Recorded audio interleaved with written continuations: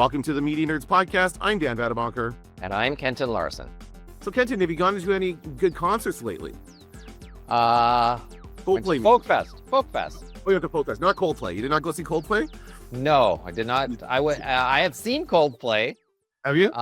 Yeah, they're not my favorite band by any stretch, but I have seen them. I don't remember the situation, why I got dragged there. It was not, somebody had an extra ticket, I think. You were not having an affair with your human resources officer, Kenton, is what I'm getting. No, and in fact, you just remind me, I saw them twice. Oh. Once I saw them in Winnipeg when someone had an extra ticket. Once, Lollapalooza. I was at Lollapalooza. Muse was at one end of the festival. Coldplay was at the other end.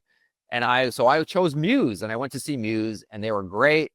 But I couldn't help but notice. I looked around and I thought there aren't many people here for Muse. I was surprised, actually. I thought Muse would win that battle. So then I had to walk over to see, like, what does Coldplay look like? So I walked over to take a look, and Coldplay had triple the size of the audience. Coldplay was more popular at Lollapalooza than Muse was, and at the time, Muse had a big hit. So it was interesting to me that was the case. Interesting. And there were no people cheating on each other, being caught on the Jumbotron. There could have been. I don't know. Well, they didn't do what they did the other day. I'm obsessed with this story. I really can't get enough of it. It just seems so funny to me that this is the situation people are in. I mean, at this point, people are sharing photos of them in the background of pictures they've taken and stuff. And it's like, if you didn't want to be seen, you wouldn't have been doing that. Well, I saw a video, I think it was a TMZ. They put their watermark on it and exclusive. And it's like, here's them kissing and hugging during Yellow. It's playing Yellow. And it's because a person was filming the band, but in the corner, you can see those two people going at it or whatever. It's so funny. I'm baffled by Coldplay's popularity. I can name two songs, I think, by these guys. Yellow and Viva la Vida. Yeah. Living La Vida Loca. I always mix it up with that. But honestly, I couldn't think of any other music from these people. Yet they're incredibly popular. Like, they're selling out arenas. They're beating out Muse. Like, they're just so popular, and I don't understand it. They seem so generic to me. Maybe that's why they're popular. Fix You. There's another song by them. Fix You. That's their maudlin ballad, falsetto ballad. Yeah, whatever. But, by the way, which he sang on Extras with Ricky Gervais sitting next to him, hamming it up. So that's how I know that song. That's actually a very funny song, a very funny show. That's a very funny scene where you wonder, like, how did they not burst out laughing? And then you see the outtakes and you're like, oh, they did. They burst out laughing about 10,000 times because it was so ridiculous. Yeah, that's fun. But anyway, this is the big story this week. Of course, we have the couple being caught cheating and the guy being fired and all this fallout from this. It's very, very funny to me. Well, there's the Jumbotron, I guess, and everybody, like most people, when they get thrown onto the Jumbotron, are excited when they see it, but they usually see it right before the Jumbotron leaves to show somebody else. Right. Just makes me crazy. And all of a sudden, and then they're just about to wave cut. Like when the subject gains awareness is when most people is when the camera operator's like, or the director is like, no, we don't want them to know that we like to capture them unawares, and that's how this all played out. Now, apparently they held on these people for a good 30 seconds. Wasn't it the kiss? Don't they have a kiss cam? Not a kiss cam. I've heard this said that a couple times. People assume that because it's the same idea, but apparently what happens at the end of the concert, Chris Martin writes some songs about the people in the crowd. So he'll like, okay, let's find some people, let's meet some people, and they go and they put them up on the screen. And say he would, if they had not acted so suspiciously, because they could have just been like normal and everyone would have been fine. He would have made up a little song about the couple, and then like that's it. And then he move on to another people and then so he goes around. It's like his way of kind of saying thank you to the audience. And so what's hilarious to me is the way that every single sports team has recreated the moment with their mascots. Every baseball game, every sporting event has got that going on this weekend. It's pretty funny.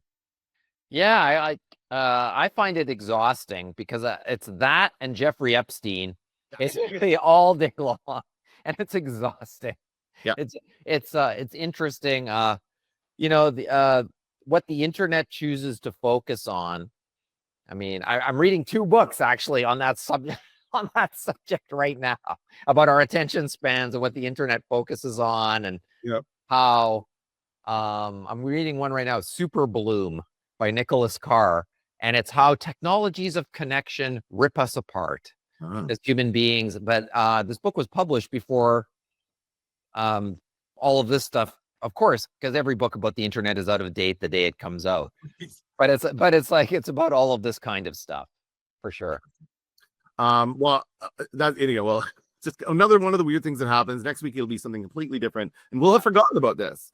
It'll be like they'll mention it again in the year in review section in the news when we go back.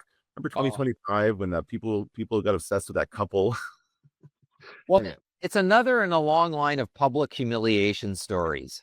That's true. Where the internet gives us these public humiliation stories from time to time, and maybe what starts out as funny becomes like some horror show for the people involved. Yeah, the thing, and I'm sure it is. I'm sure it is a horror show for the people involved. But I always feel bad when it's something like somebody slipping on ice and breaking their hip or something, and like everyone's, hey, look at this old lady fall down and then almost get hit by a truck or whatever it is, and you're like, this is horrible. Yeah, like there's things like that as well. And but I don't know if the punishment is outsized in terms of the crime that was committed. It might be. I mean, it just lesson learned: don't go into a public space when you're having an affair.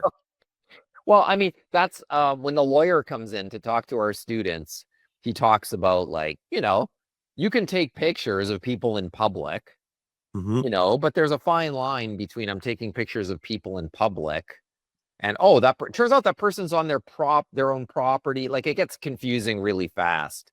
But I mean, should there be a disclaimer on the ticket saying you might have public humiliation to a level that you can't foresee? Wouldn't surprise me if they started doing that. I feel like Chris Martin's giving people a bit more of a warning now. the next day he's somewhere else, and he's like, okay, we're gonna start showing you guys on camera now, so do your makeup. Yeah, funny, right? Yeah. But I mean, it's also a given that on TikTok, the thing that makes your TikTok go viral is what was happening behind you that you didn't see. Right. Like there's something fell out of the tree or whatever, or a monkey came and took your hat. Like that's the one that's going to go viral. It's not you just doing a TikTok you like to do. Right. It's not going to be that. It's going to be you being humiliated by something that falls out of the tree. Exactly. Or the car that swerves and hits you. That's what'll make it go viral. For sure.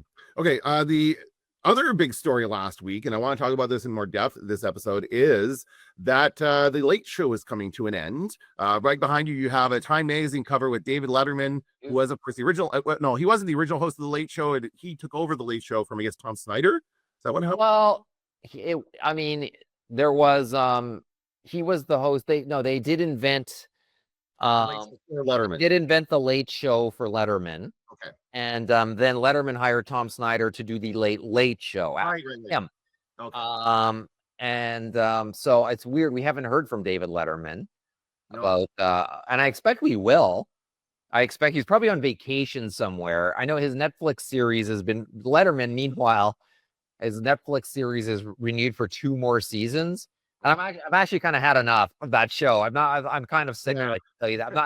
I don't like who he's choosing for that show. Okay. Like, he's like, they're the people I wish I could have interviewed when I had the show. And so by definition, that's new celebrities. And they are less interesting to me than legends. Right. So it's just, he could have had while he was doing his show, he could have had anybody on it, right? And everyone would have gone on the show.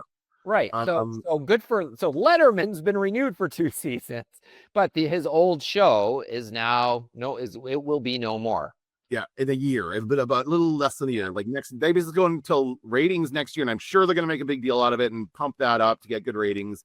Or will Colbert quit before that? I don't think he's going to quit. I think he's going to ride it out. I think he's going to stay until the end. That's like the classy move. I think that's the thing to do, to quit. Okay, well, here let's talk about the reason behind it. Hey, was he fired for his joke 3 days earlier? I mean, that's part of the question. People are saying because he regularly makes Trump jokes, like half his monologue every night is based on Trump, and he's been doing that for years and years. I think for a good, I want to say at least a year, he didn't say Trump's name on his show. Like he refused to actually say his name while he was president last time. So there's like, he's definitely taking a stand against Trump. And right now, his like the parent company that owns the show, owns CBS, Paramount is in a merger deal with Skydance, and they need apparently presidential approval to get this done. They need the government approval, I guess. And Trump could quash it. Trump could say, no, I don't want this to happen. And the way he's been handling things, you could see him doing something like that. But so people are saying he's being fired because of his criticism of Trump. I don't think that's true. I don't believe that. I don't think, no, it's not criticism of Trump. It's criticism of the network that owns his show. Oh, I see. That's what he did. Paramount. Right. So 3 days earlier, he said that Paramount's settling with Trump about 60 Minutes. And that's a whole other story where 60 Minutes, get this, they edited a story, like which they edited video. Go figure. They do it for every story. Like that's part of what happens on a news magazine show. It's ridiculous. It's not aired live. So that's what you're going to get.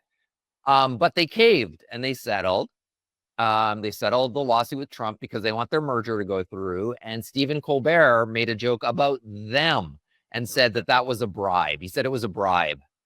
And so I think this is widely perceived as they're ending the show and letting him go. Sure, his show might not be profitable, but when you make jokes about us, the parent company, that's a bridge too far.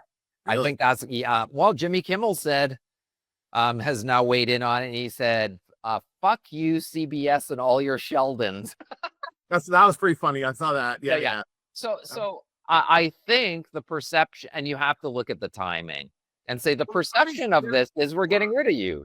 But the timing is that if it was due to the joke, they should wait, and they're not going to end it till next May. They could have waited a while before making this announcement. Like it makes it seem too. It's very suspicious that they did it like this. I think it's just a coincidence. It was, to me, it was just a matter of time before this happened. We talked about last couple weeks ago. We talked about the death of cable TV. Late night TV is definitely tied to that because this is the core network: CBS, NBC, and ABC. No, yeah, that's Kimmel, right? ABC. Yeah, CBS, NBC is Fallon. So like the question is, and he was only on for 11 years. Colbert was on for 11 years in that role, which is weird because it seems like just yesterday we were talking about it here on the podcast when he took over. I know it's actually it's gone by like so quickly. It's weird actually. Yeah. And we were all like, and he didn't do great. Remember he started and it was really bad at first. Like they were having a hard time with it, and then they found their groove and they started doing better, and they've been building, I think, created a pretty good show. Although I would argue that the format is what's dead here, not the show. Like it is this whole talk show idea of sitting down at the table and talking to somebody. I don't know if that's going to continue for very much longer. Like this might be the beginning and end of late night. It gets all of anything they produce there gets cut up into bits and posted online. Right. And people don't have the attention span anymore like they once did. And it's cheaper to do a YouTube show. Like, remember when I used to joke about my joke that turned out to be true, where I made fun of every time Conan gets promoted, show goes to a smaller medium. Hey, congratulations. Now you've got a YouTube show. Congratulations. Now you've got a podcast. He has what we have now, Conan. Yeah. And it's like, now I can say what I want and make like no money. I'm sure he could add money, but he seems to be happier than ever doing that podcast stuff. Like it seems to be something he enjoys doing. So maybe that's more important than the money. Well, I don't know. You're talking about the guy who had the Tonight Show until I know what's going to happen here. Jay Leno is going to swoop in and take over Stephen Colbert. Just kidding. That's the only possible thing that can happen. Right, here. You're right. He's but like, I mean, I gotta get back up. I'm going to work on my Jay Leno. I love Jay Leno impressions. There's something else that's weird here, though. And that is the brand Late Show. That's a good brand. That's a brand you could apply to lots of different kinds of shows in that time slot. So it's kind of weird that they're just throwing that brand out.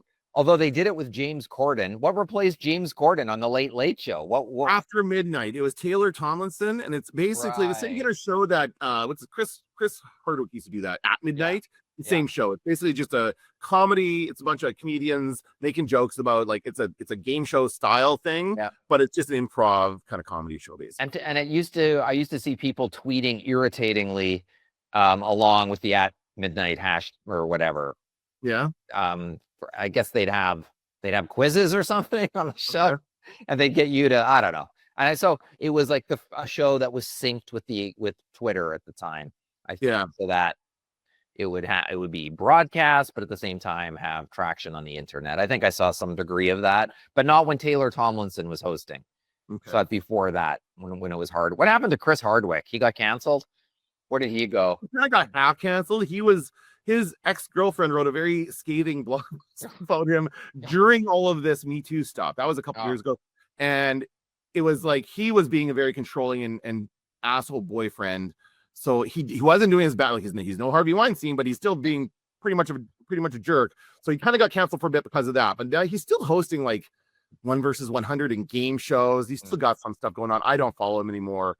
But yeah, for a while he was doing that. See, I think the part of the issue here is the cost of these shows. Like the Colbert show, the Late Show is a very expensive show. You got to pay the band, you got to pay the all the writers and producers. There's a lot of people who work on that show, and so that's part of the problem here. Is just costs a lot of money. And yes, I completely believe it's not profitable.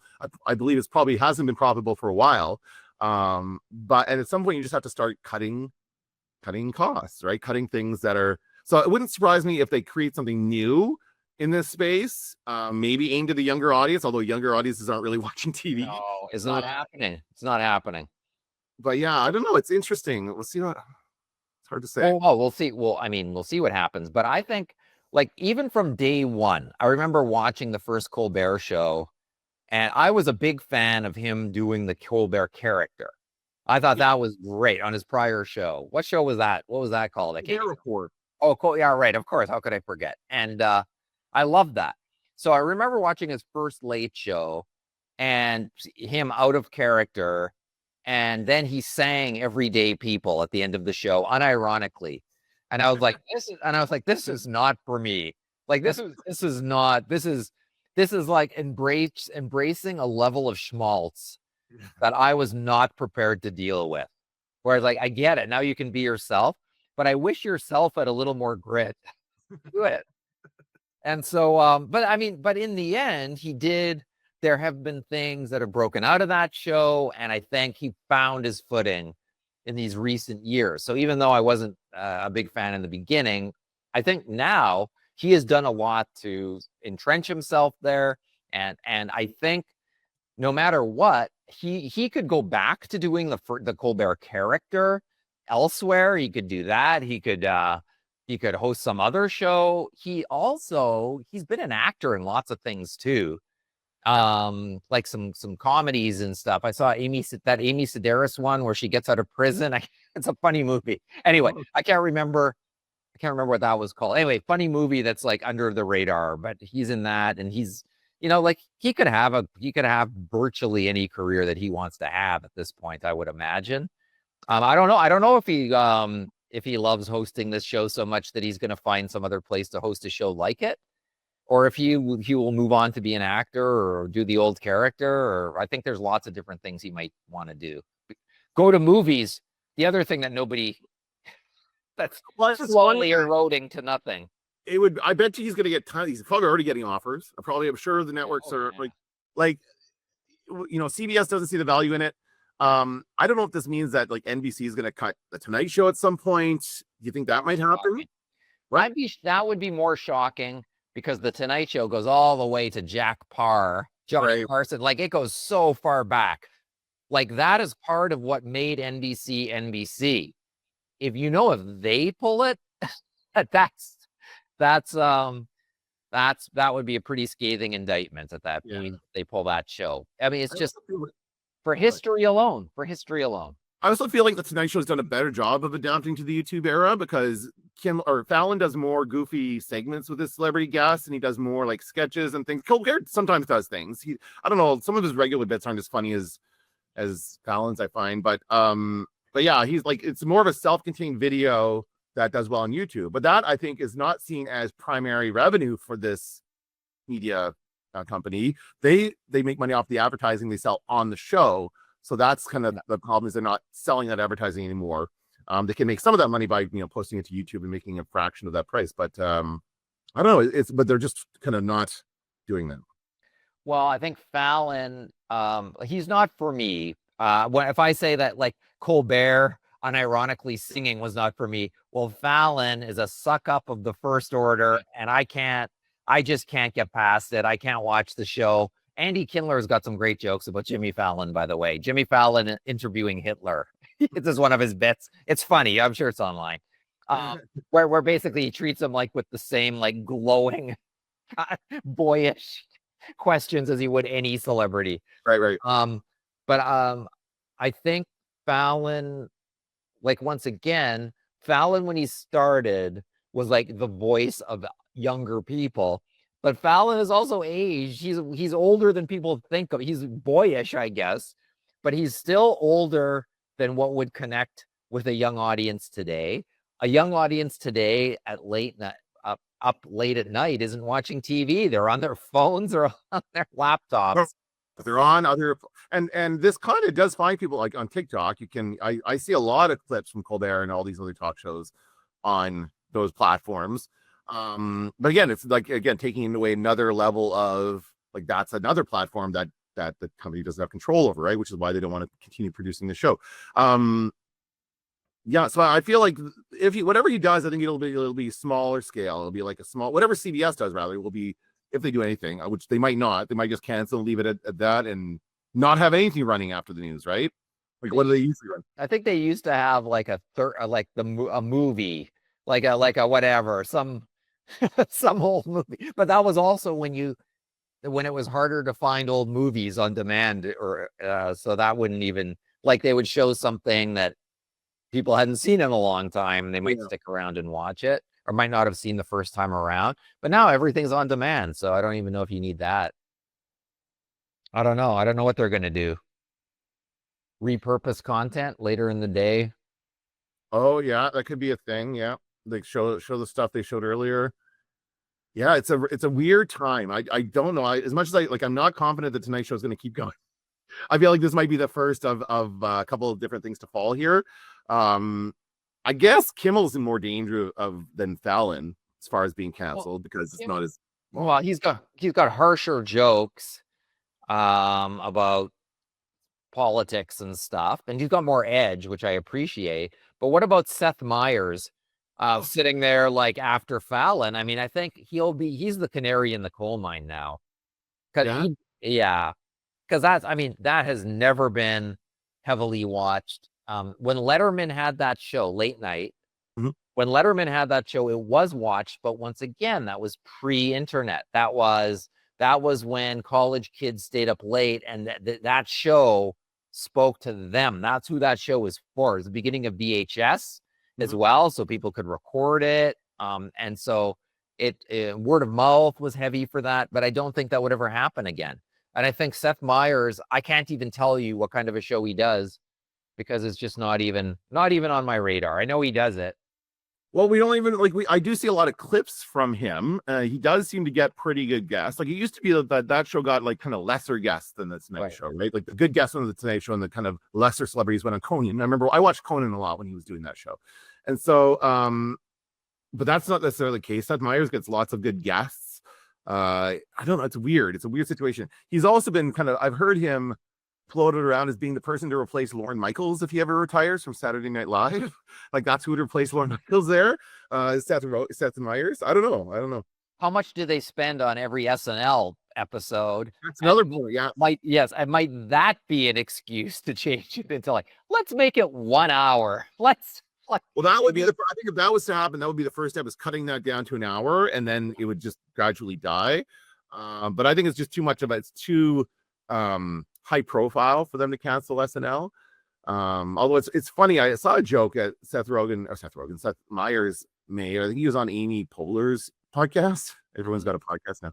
And he was talking about one of the jokes he pitched for SNL 50, because they did that 50th special, was they talk about how much influence SNL has over the presidential elections, and something like less than half of the elections were won by Democratic presidents in the time that show's been on the air. Like, it's been mostly Republican presidents, so they really haven't had as much influence because people say they're a left wing, blah blah blah, whatever.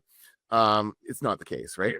People are not choosing the president based on SNL. I just find like SNL has, there from time to time it has been culturally relevant, and particularly when it started, just because it was a live show that nobody had seen before. I think a lot of those sketches don't hold up, and I think Jane Curtin even said she was watching the show with her kids and just being like, "Oh my God, this is terrible!" Like it doesn't hold up in today's, and the entire cultural thing was because a live TV show had left public consciousness as an idea. So when it came back, and this was like a bunch of rough and tumble comedians, it seemed culturally cutting compared to everything else that was on. And I know when Eddie Murphy showed up in the 80s, that was huge. Like, he was the biggest star. He's the Elvis of SNL. But I mean, in recent years, it is just, it's like you can watch any episode. And even when like the media reports the next day on like, SNL with its scathing sketch, it's almost never scathing. It's almost usually a lame impression of somebody. And then sometimes that star shows up and then everybody goes, "Ooh, they're going to beat me up," or whatever, because I do the impression of them. Like that's going to happen. It's not going to happen. And the cycle just keeps repeating itself. So I think there is such a thing as a culturally relevant show that you could put on that would be cutting, that would like stick it to the man. But it's not really that show anymore. It's not that show. It would be something else. I don't know. It would be like hosted by Doug Stanhope, and it would probably go off the air in 3 episodes because it would be so provocative. Well, yeah, and I think that something you've touched on a couple of times here is that the real issue here is that changing viewing habits, right? Like the idea of watching something late at night. Like if I'm up late, I was up late last night. I couldn't sleep. What did I do? I watched an episode of The Pit. I'm on The Pit. I'll talk about it in a second. But that's what I do. I don't go on and see if like whatever the late shows, because there's so much choice. I could watch anything I wanted, basically, right? Whereas back in the day, when you turn on, you went back, especially when you had 3 channels, like we did when I was a kid. There was these 3 channels, and these were the 3 guys. You basically were taking your choice of these 3 white men to tell you jokes at the end of the day. That's another thing that's frustrating about this whole space, is that it is still a bunch of white men, that there is no diversity. I saw a great thing. It was on Crave. It's called Dark Side of the 90s. It's a little series of like documentary shows or whatever. And this was about Arsenio Hall. It was an episode about Arsenio Hall and how he was huge, and he was like the only black host. He was great. I loved Arsenio Hall when I watched it. But what that show told me was that basically he kind of got burnt out and sick of it and didn't want to do it anymore. And that was it. And so he kind of walked away.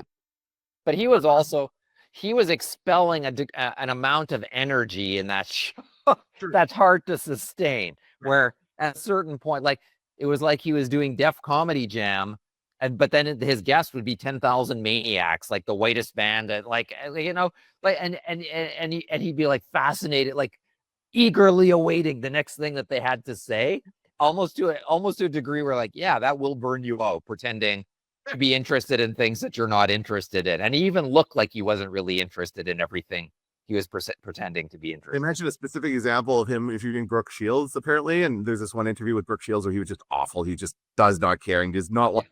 That's right. And that was like the beginning of the end for him. But there was no black comedian to replace him, although there was probably plenty of people who could have replaced him. Please, there's lots.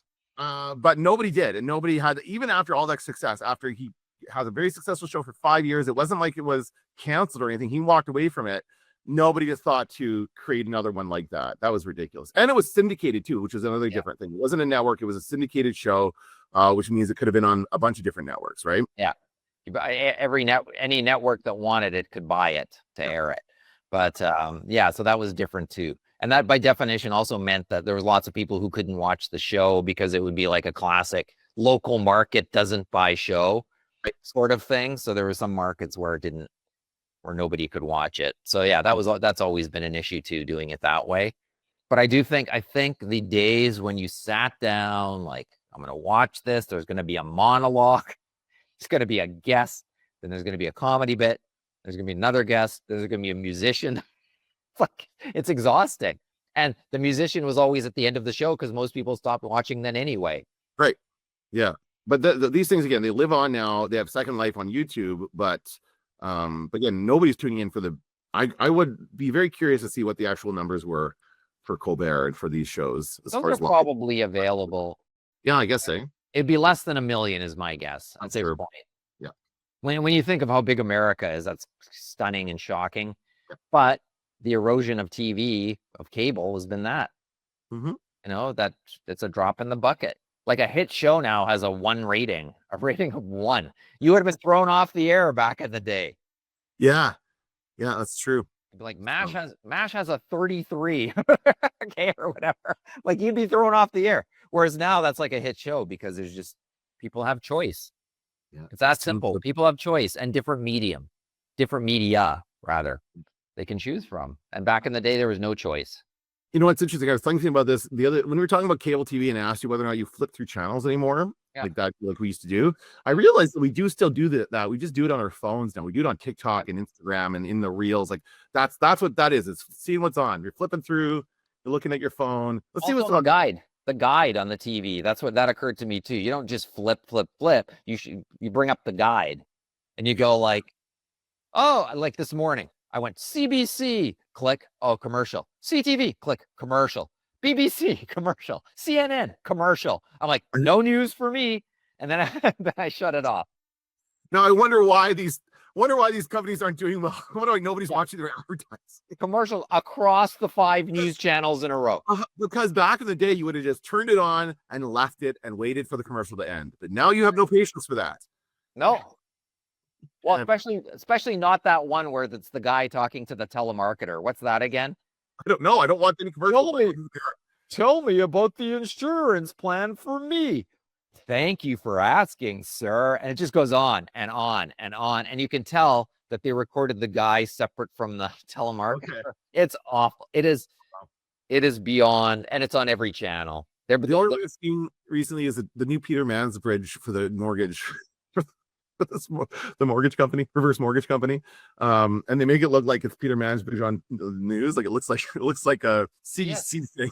He actually has a good podcast now, which I really like. It's on YouTube and as a podcast called Good Talk.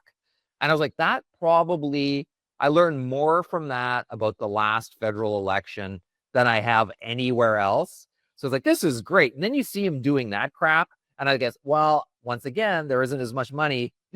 And I guess it's a satellite radio show. I don't know. He couldn't be making a lot of money there. So he's got to do the commercials. He's got a sweet CBC pension, though. He's got to have some money coming in from his job, right? I saw somebody today online say, Stephen Colbert could always come to Canada to host a show. That's like, oh, really? And make 1/100th of the salary?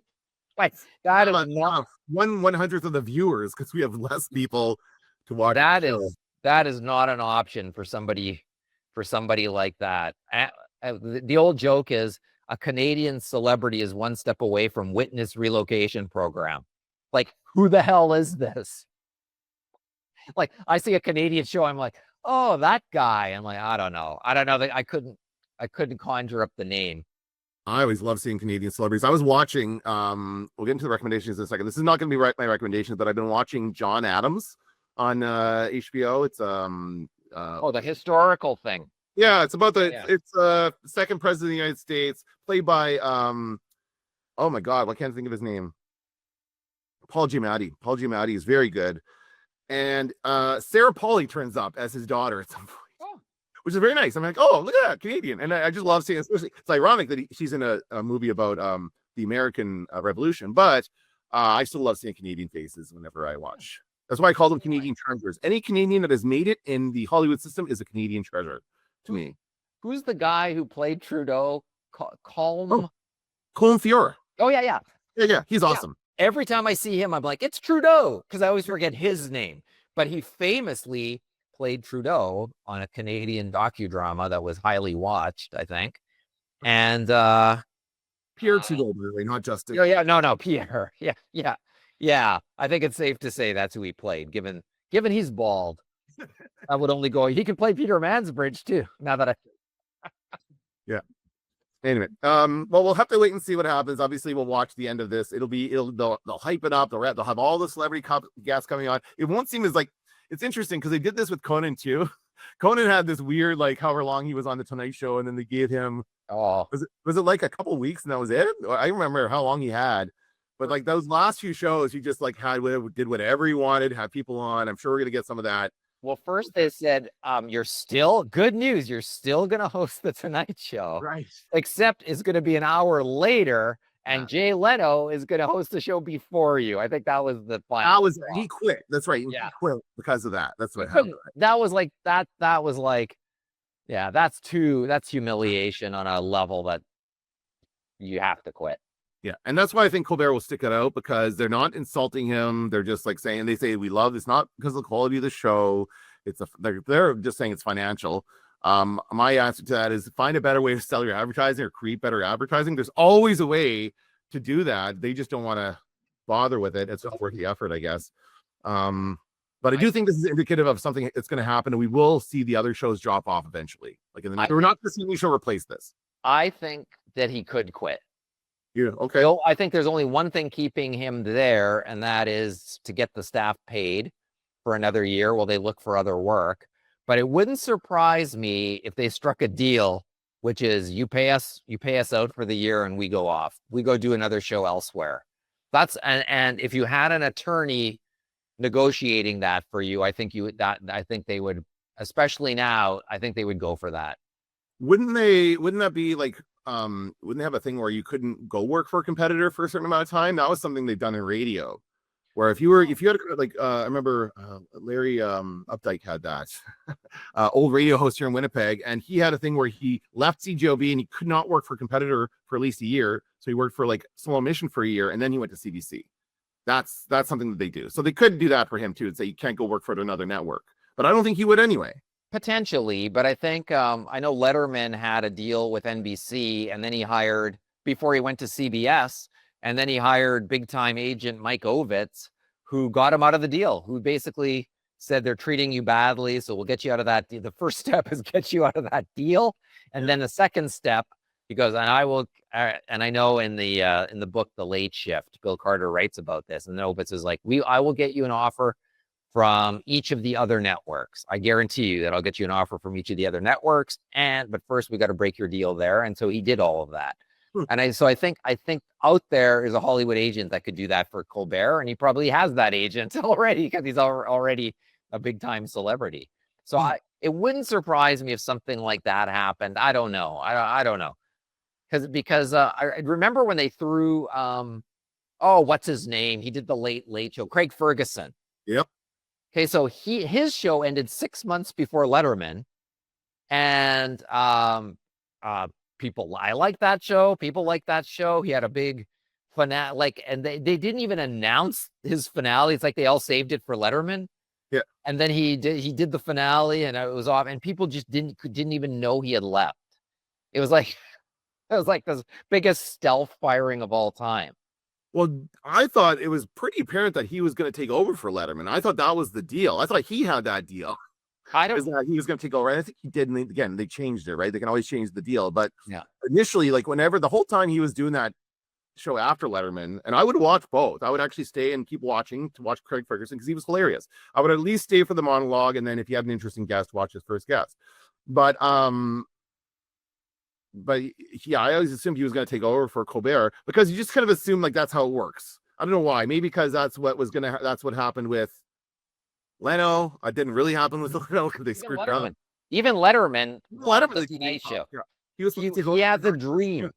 The dream of the Tonight Show was too big in his mind because he idolized Johnny Carson. Right. And in the end, it turned out it's just a show. That's it. It's not Tonight Show with Johnny Carson because Johnny's dead. Yeah, like it's that will never exist again. Just like it's not Late Show with Letterman, that brand. Mm-hmm. That's over. Mm-hmm. Okay, like it's not Late Show with Colbert after he leaves. There's not going to be any more Late Show at all. Like they're done with it. They're not putting anything else. Well, we're not saying that. They're just saying they're not doing another show like that. Or maybe they will. I don't know. I guess they're going to figure it out. But this is a good way to get people to watch the show in the meantime, and they'll probably sell some advertising on it as well. It'll probably boost their sales while people watch the send off. Maybe. I don't know. We'll see what happens. I'm not particularly excited to watch his final shows at this point, but maybe that time will come when we come around. Let's see what he does. Is it going to be interesting, or is it just going to be some maudlin farewell? Yeah, well, it could be that too, right? I don't know. It's just a weird situation. All right, well, we'll have to wait and see what happens, and we'll see which one is next. I'm guessing it's going to be Kimmel. I'm going to guess Kimmel's the next one to go. They will try and hold on to the Tonight Show as long as possible because of their dedication to the brand or something. I don't know. I don't think it'll be Kimmel. I don't. Okay, you think I think it's Seth. Oh, Myers, you're right. You could be right. Yeah, just because it's like a nothing. It's a nothing time when almost nobody even knows he has a show. Because they used to didn't they used to do a show after Kimmel as well? They would have a second show. Yeah, I think they did.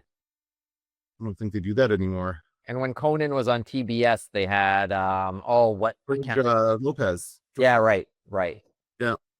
Right. So they usually it was usually a 2-hour block with 2 different shows. So let's see. I think Seth Meyers, that's the canary in the coal mine. Yeah, you're right. I think you're right about that. Then they'll cancel it. We'll see. I think the Tonight Show just looms so large in NBC's legend. The question is, would this ever have happened if they weren't doing this merger? If this wasn't an issue right now, if they did not have to make this deal, would they just let him do what he wants and they would not announce this? Wouldn't having him be good for a merger? That's part of the brand. Well, you think so, but I've also heard that before mergers, companies like to cut costs to make their books look better. Sure. So that could be it as well. So I don't know. It's an interesting thing, but it's weird that that's the only thing they're cutting. Right. We need to save money. We're cutting a single show. Well, maybe this is the first of several announcements. There's probably 100 shows they could cut. Well, they have so much content like that. All this stuff under that Paramount umbrella, right? They keep advertising it to us on Paramount Plus, which I do not have and I do not want. Me neither. Me neither. Not interested. Yeah, there's all kinds of stuff they could have cut there, right? Yeah. Like, I don't know. How much is an episode of Yellowstone? Isn't that on that? That's on Prime, and then it's on Prime and that other CW. No. Is it a network show? Is it Yellowstone? It's on one of those that I have it, but I don't ever look at it. I can't remember it. It is on TV. It is. Oh, interesting. Warner Brothers? Warner? I don't know. Warner Brothers doesn't have a streaming service though, right? No, but I mean the network. What's the network called? That it's all. Not the WB, the CW, I guess is what it is. Is that still around? Oh, I don't know. Well, one of us can look it up, but I know that I've seen it on my TV. I don't remember what the station is. All right. Well, we'll have to wait and see what happens. Let's move on to some recommendations. And I've been watching this week, so I did watch The Pit. Yeah, it's so good. I'm so good. Cool shows. I don't know what it is. It's incredibly realistic. It feels like a hospital. Like it does not feel like ER, I would say. And the other thing you forgot to mention last time, Kenton, is that this is like a 24 style, hour by hour. It's like the entire season is one shift. So it's I didn't want to spoil it. 7 a.m. to 8 a.m., 8 a.m. to 9 a.m. And it basically goes hour by hour in this emergency room. And it's just crazy, the kind of stuff that comes in. But it all seems very realistic. It all seems like, yeah, this is the kind of shit they deal with every day. It does make you feel a bit better. Like this kind of stuff isn't happening to me. You could think it could be worse. I could be sitting in an emergency room right now because there's a bunch of people sitting in there. It's really good. And you never know where it's going to go. Like every time they cut out to they call the chairs, which is like the waiting room. Like the camera's moving around. Like any one of these people could be a new character in this show, right? They just have to figure out what's wrong with them and bring them in, and then they're gonna address it. But there's a couple of really good characters. I really enjoy. What's his name now? The goofy kid, the kid who keeps getting stuff on his. He keeps getting peed on and souped on, bled on, right? That kid is hilarious because he keeps having to change his scrubs. That's so funny, and there's just some really good stuff in there. It's very compelling. Like once you watch the first episode 1 minute in, you're like, I love this show. Like it's amazing what they do on that show. Yeah, because you would never in a million years go, I want to see a hospital show with Noah Wiley again. Like I've seen that show already, but then you watch it. Like, this is not just a sequel to ER. It's a very different show. It's just the ER. It's just the well, I guess that's what ER is too. Anyway, but it's also nominated for a billion Emmys too. it is. Yes, you see that on the Rightfully so. Yeah, so it's going to do well. But anyway, that wasn't really going to be my recommendation. My recommendation is actually going to be another one I found on Crave. But this is it originally. The thing is, Crave collects all these shows from all these other networks in the U.S. Yep. And this one is actually from, I believe it's A&E. It's called Project Blue Book, and it's a TV show about aliens, about UFO abductions. It's a real thing that the U.S. Air Force had, a project called Project Blue Book, in which they investigated UFO sightings. This one stars Littlefinger from Game of Thrones. You remember that guy? Yep. And he's been in a few other things. He's also in The Wire. I've been seeing him in The Wire lately. He's a city councilman on The Wire. It's weird hearing him talking in an American accent, but I'm getting used to it now because he's an American in both these shows. And basically they go around, it's him. It's kind of like an X-Files sim. It's him, like he's the scientist guy, and there's another guy who's like the Air Force guy, and they go around to these sightings, and their job is to try and disprove it. Their job is to try and tell them it's swamp gas or it's this. It's not a UFO. They're supposed to, but every time they go, it is a UFO. It looks like it is a real UFO. Or this last one was like people trying to fake it. So there was what they are kind of doing that kind of stuff, but it's this cool, like, and it's all based on the real reports of this guy, this real person that Littlefinger plays. And it's really good. It's an interesting story. I am enjoying it. It's only 2 seasons, but it's a lot of fun. It's called Project Blue Book, and you can find that on Crave. You know what? There was a show I watched in the 80s called Project UFO, also based on that. I'm wondering now if this was a reboot of that show. Yeah. I loved that show when I was a kid, and because they're basing it on real stories that this guy investigated, right? So yeah, it's interesting. Yep, and so it was the same thing on that show where they'd go, I guess we'll never find out what caused the boy to be burned that way, or whatever it was. I guess we'll never know. And then they drive away, and you'd see you see the clouds, like bubbling, and you go like, yeah, there it is, it's the UFO. Like it's a good show. This one has got a little bit of like they're doing kind of a Men in Hats thing. They've got like this guy in hat kind of following like a secret organization. They're also dealing with Russian agents, like who are there pretending to be American, like in The Americans. That kind of a thing is happening in this show. It's like early 60s, so it's a really interesting time, like middle of the Cold War. It's a good show. Yeah, Project Blue Book. Excellent. I'm going to check later to see if it's a reboot of that 80s show that I used to watch. It sounds so much like it. I am going to recommend Department Q on Netflix, and that is Netflix Slow Horses. That's kind of the best way to describe it. It's like Slow Horses is on Apple TV Plus. Everybody loves that show. There's nobody on planet Earth who doesn't love that show. Yeah. So Department Q is also, it's a British show. It is on Netflix. It is interesting. It is it's funny in some ways. It's also like Slow Horses. The characters are funny and compelling, but maybe it's because they're dealing with dark subject matter. The main actor is Matthew Good, not the Canadian musician, the Matthew Good with an E.